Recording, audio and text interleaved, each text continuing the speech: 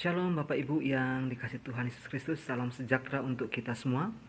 Renungan firman Tuhan hari ini, mari saya mengajak kita membuka Alkitab dalam Mazmur 116 ayat yang kelima sampai 9. Demikian firman Tuhan. Tuhan adalah pengasih dan adil, Allah kita penyayang. Tuhan memelihara orang-orang sederhana, aku sudah lemah, tetapi diselamatkannya aku. Kembalilah tenang hai jiwaku, sebab Tuhan telah berbuat baik kepadamu. Ya, engkau telah meluputkan aku daripada maut, dan mataku daripada air mata, dan kakiku daripada tersandung. Aku boleh berjalan di hadapan Tuhan, di negeri orang-orang hidup. Amin, firman Tuhan. Manusia terdiri dari tubuh, jiwa, dan roh. Bahkan dalam kitab Pemazmur ini banyak sekali menuliskan tentang jiwa. Karena jiwa ini berpengaruh kepada rasa kita, perasaan kita, kemauan kita, cinta kita terhadap Tuhan. Itu sebabnya dalam Pemazmur ini, di dalam Mazmur 116, perikopnya tentang terluput dari belenggu maut. Di mana Daud menceritakan bagaimana ketika dia dalam tekanan, ketika dia dalam masalah, dia mampu merasa tenang, dia mampu merasakan bagaimana Tuhan baik atas kehidupannya.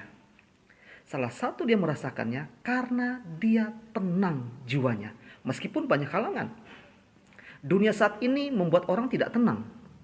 Bahkan merasa jiwanya terganggu. Merasa takut, khawatir akan hari-hari ini. Tapi bagaimana kita bisa tenang melihat segala sesuatu ini? Kita mau belajar bagaimana pengalaman Daud. Bapak Ibu yang dikasih Tuhan Yesus Kristus. Daud mulai mengalami ketidaktenangan ketika anaknya sedang mengadakan pemberontakan terhadap kerajaannya.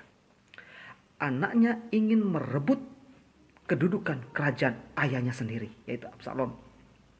Itu sebabnya masalah ini membuat Daud tidak tenang.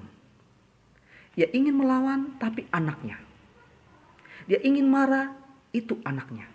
Dia tidak bisa berbuat apa-apa. Tetapi di dalam 2 Samuel 15 ayat 14, di situ Daud mengambil satu keputusan bahwa dia harus melarikan diri. Dia menghindar dari anaknya sendiri. Dia memilih untuk mengalah. Ini tekanan yang sangat berat. Membuat jiwanya tidak tenang.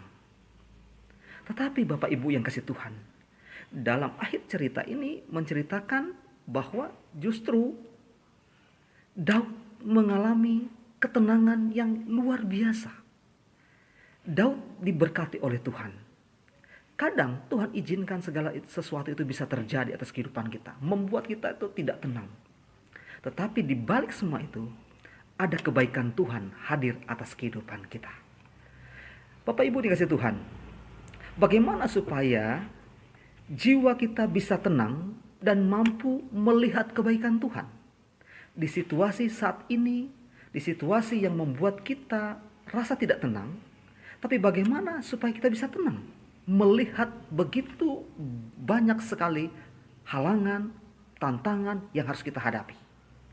Ada 3 kunci menjadikan jiwa kita tenang. Kita belajar dari Daud.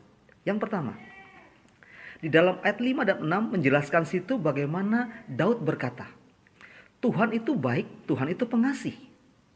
Ini bicara adalah untuk menjadikan jiwa kita tenang, kita harus punya keyakinan yang kokoh. Meskipun situasi yang tidak baik, Daud selalu berkata bahwa Allah itu pengasih dan Allah itu baik. Padahal situasinya kurang nyaman, tidak tenang. Ini bicara keyakinan. Iman kita yang lebih dahulu harus dibentuk, harus diisi Quran firman Tuhan, sehingga kita mampu melihat bahwa di tengah goncangan, di tengah tekanan, di tengah ketidaktenangan, bahwa Tuhan itu baik atas kehidupan kita. Tuhan pasti selamatkan kita, sekalipun dalam kesulitan. Iman muncul ketika kita dengar firman Tuhan. Itu salah satu sumbernya. Sesuai dengan Roma 10 ayat 17. Iman inilah memampukan kita mampu melihat ke depan. Itu sebabnya perkuat iman kita dengan diisi kebenaran firman Tuhan. Sehingga kita kokoh terus. Ini kunci pertama, keyakinan kita yang kokoh, yang kuat di dalam Tuhan. Yang kedua, kunci yang kedua supaya kita tenang adalah harus punya pengharapan. Ayat 7 dan 8 dalam Mazmur 116 tadi menceritakan bagaimana pengharapan kita ke depan. Daud tidak berandai begini, nanti anaknya akan celaka, merancang yang tidak baik. Daud menyerahkan semua problema hidupnya, kesulitannya, ketidaktenangannya kepada Tuhan. Sehingga dia mampu punya pengharapan ke depan. Dia mampu melihat ke depan. Sebab apa? Hanya Tuhan yang sanggup menguatkan pengharapan kita ke depan. Ibrani 6 ayat 19 dikatakan pengharapan itu bagaikan sau yang kuat. Inilah kekuatan kita, harapan kita. Butuh pertolongan Tuhan, butuh campur tangan Tuhan, berharap kasih Tuhan muncul atas kehidupan kita. Sehingga walaupun dunia tidak tenang, walaupun situasi tidak tenang, tapi harapan kita tetap kuat dan kita merasakan ketenangan dalam kehidupan kita. Banyak hal yang membuat kita itu tidak tenang. Tapi ketika kita dekat kepada Tuhan, itulah yang menguatkan kita. Contoh, Yosafat. Ketika dia dikepung dengan berbagai macam bangsa untuk menghancurkannya. Secara manusia dia takut, tapi satu hal diambil satu keputusan, dia kumpulkan semua para tentara dan masyarakatnya dan rakyatnya. Yang dia lakukan adalah berdoa dan puasa. Dia dapat ketenangan dan Tuhan bela adakan kemenangan. Gideon demikian. Gideon ketika juga dikepung oleh berbagai macam bangsa dengan pasukan yang sedikit, yang bagaimana Tuhan berikan kepada dia, Tuhan bela dia dapat ketenangan. Ketenangan inilah menjadi pokok atas kehidupan kita, sehingga jiwa kita selalu ada semangat berkobar-kobar untuk terus mencari Tuhan. Yang ketiga, kunci yang ketiga untuk kita bisa tenang adalah selalu mengucap syukur.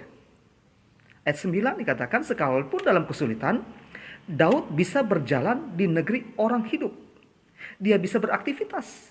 Goncangan iya, masalah iya. Tapi dia tetap beraktivitas, dia tetap melayani Tuhan, dia tidak tinggalkan Tuhan, dia tetap setia. Sekalipun orang bilang sulit, sekalipun orang bilang ekonomi pasti hancur, semua pasti susah. Tapi kita akan tenang karena ada pembela, karena jiwa kita tenang dan selalu mencari Tuhan. Dan membuat kita kuat. Inilah kesempatan kita. Itu sebabnya Tuhan katakan hidup inilah kesempatan. Gunakan sebaik-baiknya untuk Tuhan. Kalau kita gunakan sebaik-baiknya Tuhan, Tuhan pasti bela. Ketika Elia, dia ada di sungai Kerit. Musim kemarau yang panjang, tidak ada makanan dan apapun. Di tengah sungai dia tidak bisa berbuat apa-apa. Tidak ada makanan. Tapi apa yang Tuhan buat? Tuhan kirim burung gagak untuk melanjutkan kehidupannya, memberi makan setiap hari. Ada pembelaan, ada perlindungan Tuhan. Dan kita percaya, di situasi sekarang ini, ketika jiwa kita tenang dan selalu berharap kepada Tuhan, maka kita akan mampu melihat kebaikan Tuhan. Asalkan pegang 3 kunci ini. Yang pertama adalah kita harus punya keyakinan yang kokoh bahwa firman Tuhan mampu menghidupkan kita. Yang kedua adalah kita harus punya pengharapan. Yesus satu-satunya harapan kita yang membuat kita kuat menghadapi segala sesuatu. Yang ketiga adalah senantiasa mengucap syukur kepada Tuhan. Percayalah, bersama Tuhan kita akan mampu jalani hari-hari ini. Tuhan Yesus memberkati kita semua. Amin.